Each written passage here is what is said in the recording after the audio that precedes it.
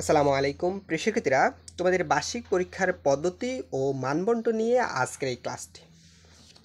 তোমরা যারা ষষ্ঠ থেকে নবম শ্রেণীতে পড়ো সবার কাছে রিকোয়েস্ট থাকবে, যারা এই চ্যানেলে নতুন প্লিজ প্রিয় শিক্ষার্থীরা চ্যানেলটি সাবস্ক্রাইব করে সাথে থাকিও, আর যারা করেছো তাদেরকে অসংখ্য ধন্যবাদ। তোমাদের বার্ষিক পরীক্ষা আবারও নতুন সিস্টেমে হবে। 10টি সাবজেক্টের মধ্যে কয়েকটি 50 মার্কের পরীক্ষা হবে আর বাকিগুলো 100 মার্কের পরীক্ষা হবে।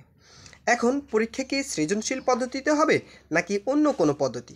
বোর্ড কি বলছে আমরা সেই তথ্যটি জেনে নিই।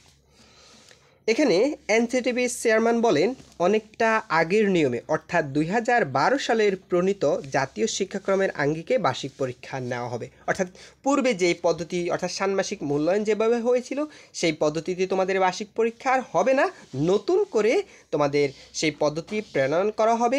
তো এক্ষেত্রে দেখো কিভাবে তোমাদের প্রশ্নগুলো সাজানো হতে পারে সেই বিষয়টি তারা এখানে বলেছে, যে এক্ষেত্রে শিক্ষার্থীদের ছোট প্রশ্ন, দেখো এখানে একটা বিষয় বলছে ছোট প্রশ্ন, বড় প্রশ্ন, এমসিকিউ টাইপ অর্থাৎ বহু নির্বাচনী প্রশ্নের যে ধরনটি সেই টাইপের প্রশ্ন উত্তর নিয়ে তোমাদের প্রশ্নটি সাজানো থাকবে।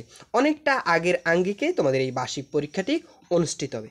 এছাড়াও তারা এখানে বলে যে বার্ষিক পরীক্ষার প্রশ্ন কাঠামো কি 2021 সালে অর্থাৎ আগের শিক্ষাক্রমের আঙ্গিকে হবে কিনা তা জানতে চাইলে অধ্যাপক AKM রিয়াজুল হাসান বলেন, অনেকটা আগের আঙ্গিকে প্রশ্ন কাঠামো হলেও কিছুটা পরিবর্তন আসবে। দেখো এখানে আরেকটা বিষয় উল্লেখ করছি, যে আগের আঙ্গিকে প্রশ্ন কাঠামো, যে ছোট প্রশ্ন, বড় প্রশ্ন, এমসিকিউ টাইপ প্রশ্ন হলেও কিছুটা পরিবর্তন আসবে। ঠিক আছে, তো কি পরিবর্তন আসবে তা এখনও বলা যাচ্ছে না, আমরা শীঘ্রই সংশোধিত পরিমার্জিত মূল্যায়ন নির্দেশিকা প্রকাশ করব। তাহলে তোমরা এখান থেকে বুঝতে পারতেছো যে তোমাদের সৃজনশীল পদ্ধতিতে তোমাদের সেই পরীক্ষাগুলো আর হবে না, সেগুলোর মধ্যে পরিবর্তন আসছে, সেগুলো ছোট প্রশ্ন, বড় প্রশ্ন এবং কিছুটা নতুনত্ব নিয়ে তোমাদের এই পরীক্ষাটি অনুষ্ঠিত হবে। এর পাশাপাশি তারা এখানে বলে যে প্রতিটি বিষয় কত নাম্বার প্রশ্নে বার্ষিক পরীক্ষা হবে এই বিষয়টি জানতে চাইলে তিনি তখন বলে, বেশিরভাগ বিষয়ে 100 নম্বরের পরীক্ষা হবে, তবে কয়েকটি বিষয় কিছু কম নাম্বার বা 50 নম্বরের পরীক্ষা হতে পারে সেই বিষয়টি। তো এই ছিল তোমাদের বার্ষিক পরীক্ষা সংক্রান্ত সর্বশেষ আপডেট তথ্য। প্রিয় শিক্ষার্থীরা, তোমাদের সবার কাছে রিকোয়েস্ট থাকবে, যারা চ্যানেল নতুন অবশ্যই চ্যানেলটি সাবস্ক্রাইব করে সাথে থাকবা। তোমাদের কোনো কিছু জানার থাকলে অবশ্যই কমেন্ট করে জানাতে পারো, ইনশাআল্লাহ আমি প্রত্যুত্তর করার চেষ্টা করব।